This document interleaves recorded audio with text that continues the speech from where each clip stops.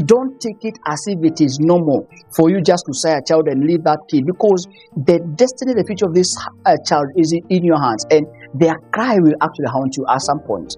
Many men are ashamed of the closets, the wounds, the scars that they are hiding. Kids in school could talk about what their father have done for them, but I could not understand what is this animal they are calling dad, because I didn't have that in our home. Borrow money, people slap me. Whenever I go to the dustbin, there is no food, and I was lying there 3 days waiting to die because I was so weak even to stand, even to walk. To be a man is often defined as leading, protecting, providing for both nuclear and extended families. But who takes care of the men? Who listens to them? Who do they go to when they need help?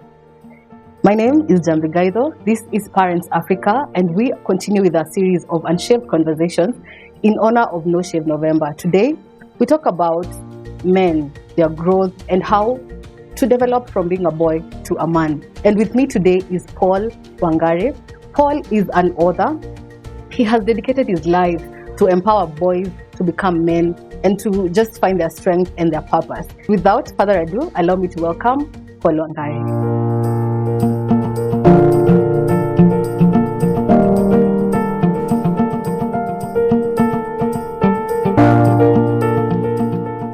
Paul Wangari is a boy child saved by the mercies of God.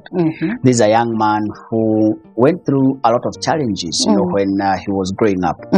And through, of course, we're going to share a bit of that, by resilience, by mentorship, by guidance from other men, that I was able to find myself.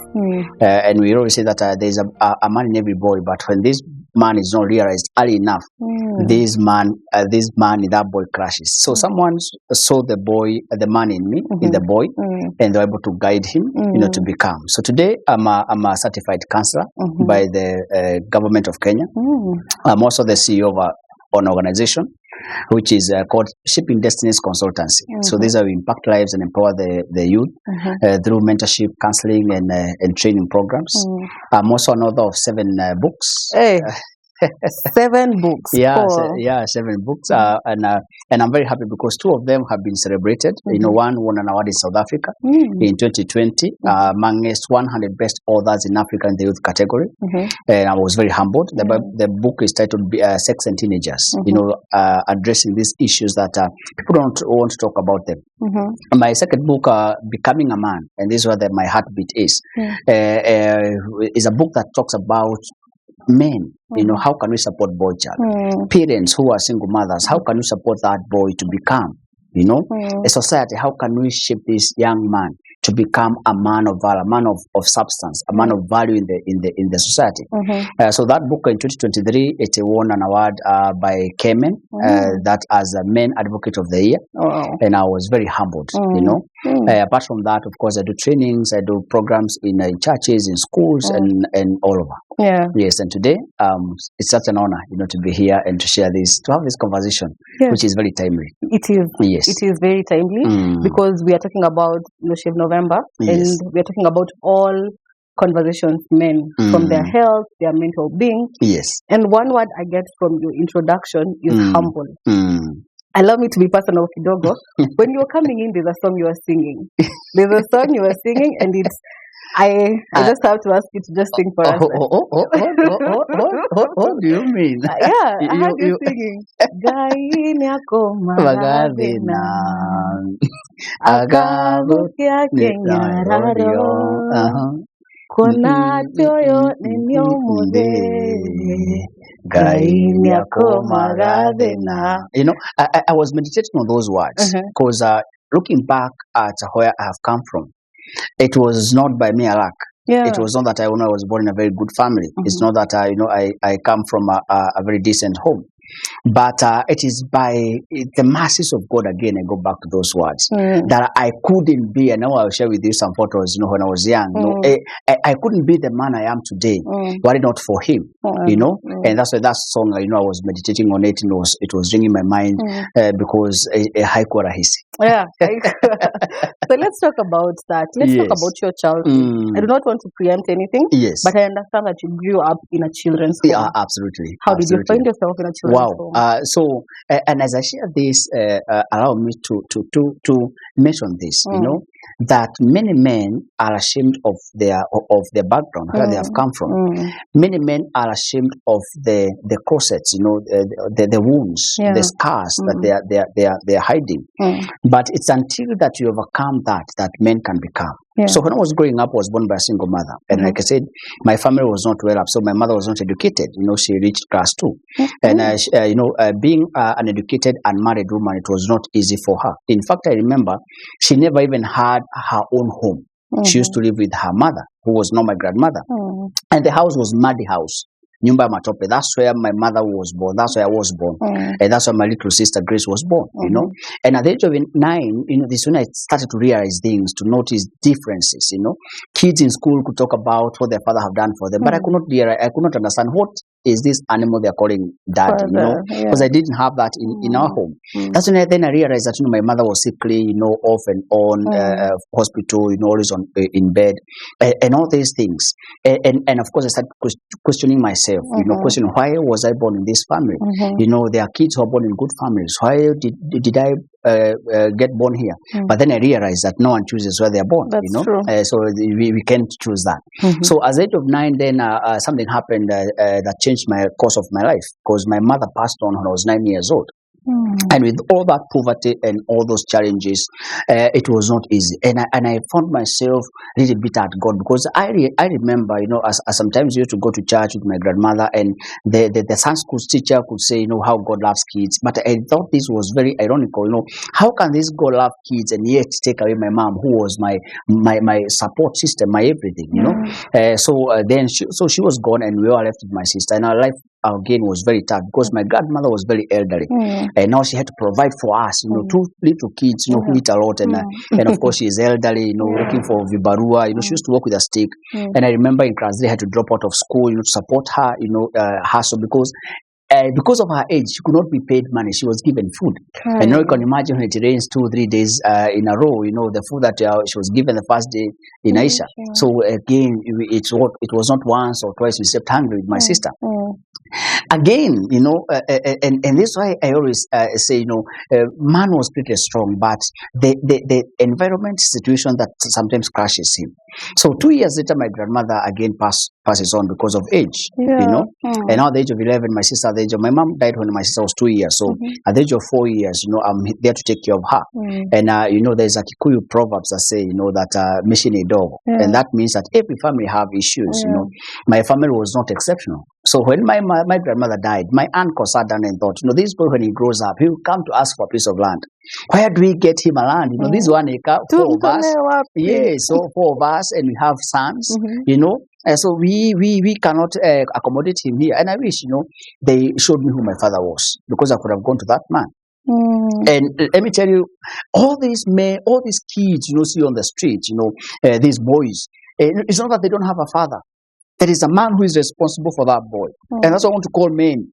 That, you know, don't take it as if it is normal for you just to say a child and leave that kid, because the destiny, the future of this child is in your hands, and their cry will actually haunt you at some point. That's just seeing men, you know, who are well up again, they just die, you know, mysteriously, because there's a cry somewhere. There's some tears somewhere that a kid cried, you know, and they were not there. And yet it was their responsibility. Remember, I never applied to be born. There was no letter I wrote, you know, for me to be born on this earth by that man. But again, so I was going through this, and this man was somewhere. So my uncles, you know, they thought that this boy, we have to do away with him, and that's why the small muddy house that was left by my grandmother, they actually demolished it, you know, just to show me and my sister that you are not welcomed here. So where were you supposed Exactly, that's a question, you know. So we were kicked out, and I remember one of my auntie, you know, a wife to my uncle, who lived in Thika, in a slum called Kiandutu slum. So remember, Kiandutu is one of the slums in Kenya, the big, it's very big, and she was living there, and they were in a lot of poverty, because even their kids had dropped out of school. You know, they could not even afford.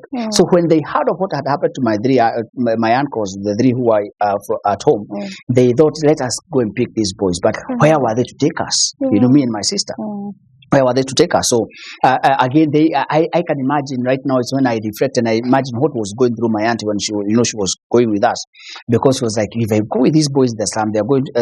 My sister and I, they're going to perish. You know, if I leave them there, they will perish. So what will happen? It was actually during that journey from up country to Dika town that my auntie thought of taking us in a children's home instead of taking us with her to our home, you know, and that's when we landed in a children's home. And again, the culture shock. But I always say this: don't always see everything negative as bad. Sometimes some things happen to us for our own good, and I will prove that to you. Why? Because the children's home, my auntie signed some paper and she vanished. We never saw her again. But in this children's home, there was culture shock. Why? For the first time, we saw kids wearing shoes. We had never worn shoes with my sister, you know. So this was an upgrade. Yes, this was a whole different life, you know. We saw boys, you know, you know, girls. The home was operated by a black American. So even boys used to have very long hairs as a shukwa. And again, so girls are very neat and smart, new clothes. And this was a shocker for us because we had never experienced this. Even kuingia nyumba ya mawe, had never done that. And nyumba ya gorofa, you know. So it was amazing for us. So we were shown a place to sleep, and I can't forget this day because I panicked. I almost jumped out of my skin. Why? Because I saw a double decker. You know, there's some things that we take for granted. You know, but to our mind, it's like in the ancient days when men thought that one day we could fly. That was beyond the imagination of a human mind. How can we fly? How? You know, so seeing a double decker for me, it was something very, very strange and new. Again, so I was told, Paul, your bed is near your Jew, and I couldn't accept because I thought if I sleep there at night and I roll, I can die. You know, so I refused. So they told me, Paul, kuna kitu hapo unafunga, and therefore you cannot fall. So exactly. So when I sat on that bed, I'm telling you, it had a new mattress. I had never seen a mattress in my life before. What do you mean? Yes. I'm telling you, because when we had a bed at my grandmother's home, but that bed never had a mattress. Remember, kitambo ilikuwa ni ile mipira, you know, some ropes goes na kwa kitanda, so that you know you can't fall. So that was it. I saw a duvet, a bed sheet for the first time in the children's home. And, you know, after my mother died, you know, the bad clothes that she left after automechukua zile mzuri, that's what I used to cover myself with. But now in this home, there's a duvet, there's a mattress, there is a bed sheet. And what fascinated me most is to see something swollen hapo kwa kichwa ya kitanda. What is that? So I was like, what is this? What is this? And so because of my curiosity, and I never used to speak Swahili or English, so I used to speak Kikuyu. So I asked, you know, what is this? And the kids laughed. They said it's called a piro, and I'm like, Firo. Firo Niki, you know, what is this? And they could not understand where I'm coming from, you know. And again, so I was told this is why you lay your head when you sleep at night. I was like, I don't have any problem with my neck, so I don't need this thing, you know. But I will tell you this, you know, after that night was the best night ever. So I was taken back to school, to cut a long story short. I was taken back to school, and I realized that this opportunity I've been given is what was to shape my life. And this black American used to say that, you know, you kids, the only thing I can give you, the only inheritance you can get from me, it's the education, because I don't have anything else I can give you. And if you remember where you are coming from, there is nothing, there is no future, there is no life for you back where you came from. So the only thing I can give you is education. So take this with the seriousness it deserves. And I remember 2 weeks ago I was training staff in a certain children's home, because I also do a lot of trainings, you know. So I was training this staff, and they were asking me, Paul, how comes many kids from children's home don't actually amount to anything in life? Many of them. Is that true? Yes, that is very true. Yes, that is very true. So they asked me why we are concerned. They told me that home had run for over 20, 30 years, but they cannot pinpoint any kids who have just, you know, succeeded, you know, very few of them. So why? And that's the problem, because many kids who go to the children's home, they forget their life. All right? And the complacency, the comfort in that home, it actually changes their mind. Others feel that this is like a school, is a boarding school, so I will still go back to So when their mind have not transited from the up country where they came from, their background, to this new life, and to seeing this as a bridge for them to become. So some of them, they still live in their mind, I'm going to live here, but when I live here, I'll go back to. So there's nothing, there is nothing which can change, and that's what many of them makes it very hard for them to excel and to succeed and become anything. So when that woman said those things, now and we used to live in a very posh estate in Dhaka, and she said, you see these homes. Like you have a very beautiful office here, Oh, So you just say, you see these homes, these beautiful cars, you can have them, if you only pay attention to education. So for my mind, I was so amazed, mesmerized, because I could not figure out. You mean me living that kind of life? How can that be possible? How on earth can I? And therefore, she took me back to school, and again, I did out of effort. I worked extremely hard, for me to pass. But again, let me say this: that a boy child has so many enemies. All right.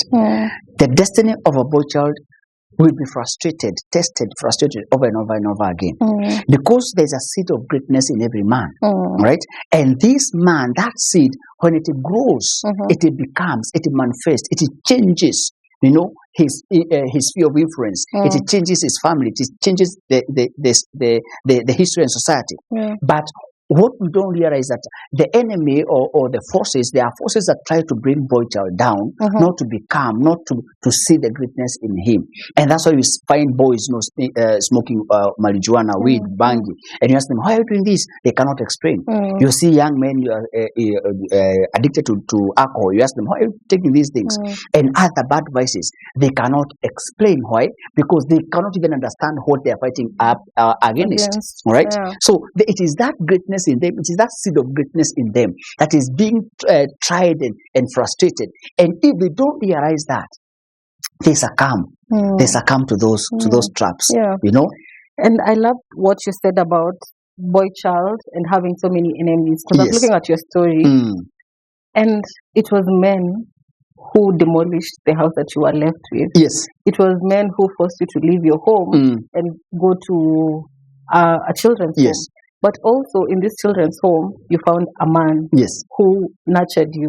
So tell us about people who have, you said that someone nurtured you and someone helped you transition from being a boy to a man to becoming, that's the word? Yes. So tell us about that person. Who is that person for you? Well, now, in fact, the man that I am today is not as a result of an effort of one person, but it's a collective effort by several people that have made me become. But I can surprise you, many of these are not even men. Surprisingly, many of these are women, because the owner of the children's home was a woman. The 99% of the staff were women, so it's only 2 men who are there. But again, after sitting in the children's home for 3 years, something happened. The enemy saw the seed in me, and he knew if this boy survived, he was to impact so many lives. He was to shape destinies of so many young men out there. He was to be a beacon of hope to so many. So the enemy could not see that happen. Remember, in my family, no one is educated. No one reached class 8, even up to today. No one has reached class 8, right? Even all my cousins. So the enemy, so if this boy became, then he's going to change the narrative, the status quo of the family, the poverty, the illiteracy, and the diseases and all that. So after 3 years, can I shock you? The home collapsed. Yes. And the owner said, no, we cannot be able to support all of you. So if you're 14 years and above, get out. If you're 14 years and below, remain. So my sister remained. And even after trying to explain, I didn't have any place to go. She said that, you're not the only person with the issue. So can you get out? And that's why I found myself on the streets in Dhaka town. After 1.5 years, I remember I was lying on the corridor in Dhaka town, and I had not eaten for 3 days. Every time I borrow money, people slap me. Whenever I go to the dustbin, there is no food.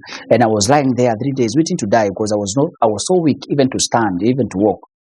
So even my eyes were opening halfway, I was just lying there. And that's when I saw a car coming to here. I was lying. And I saw someone wanafungua kio, and I asked myself, for this time I've been here, I've never seen anyone parking a car where there's a street boy. So who is this person?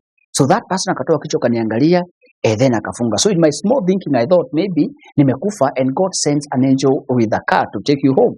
That was my imagination. You know, so this person came out of the car and came and stood where I was lying. And she actually scooted a bit and called me by my name. And that's when I realized I had died. And now this must be an angel taking me to heaven. So I realized, let me open my eyes so that I can see this angel before I go to heaven. And that's when I realized it was a woman. And that's why I'm so proud to be called Paul Wangari. In fact, I had to drop my second name to adopt my mother's name, because women are powerful. You know, women, they can do anything to ensure that this boy child is protected and becomes. Unfortunately, a woman cannot give a boy child an identity. It must come from a man. That's why a boy must be exposed to men for him to sap the energy of a man, for him to become. We shall come to that. Yeah. So this woman picks me and takes me to her home. Wait, she calls you by your name? Yeah, by my name. Does she know you? So when I opened my eyes, I said, let me open my eyes so that I can see this angel before I go to heaven.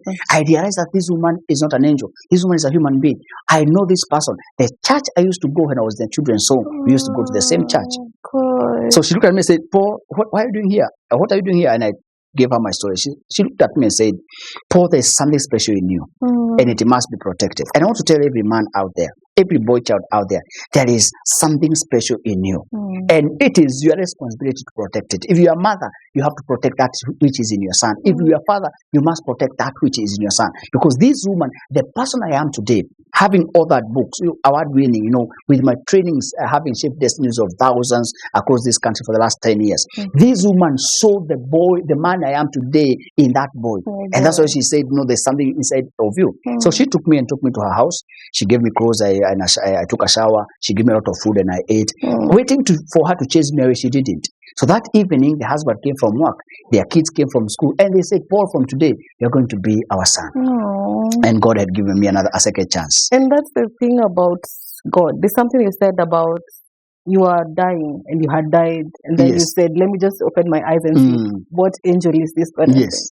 It is actually an angel in human form. I'm telling you, yes. And it's so beautiful because, wow, that's amazing.